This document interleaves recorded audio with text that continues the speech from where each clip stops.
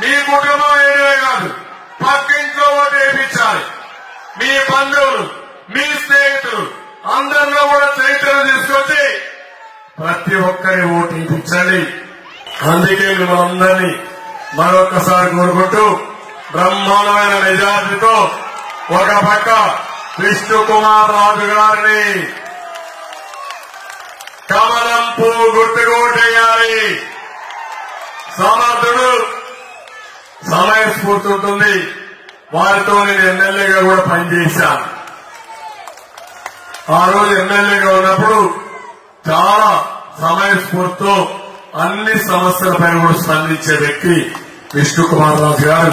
ఆయన్ని గెలిపిస్తారని, కమలం గుర్తుకే ఓటేస్తామని గట్టిగా చప్పట్లు కొట్టి హర్షాన్ని ఆమోదం తెలియజేయాలి.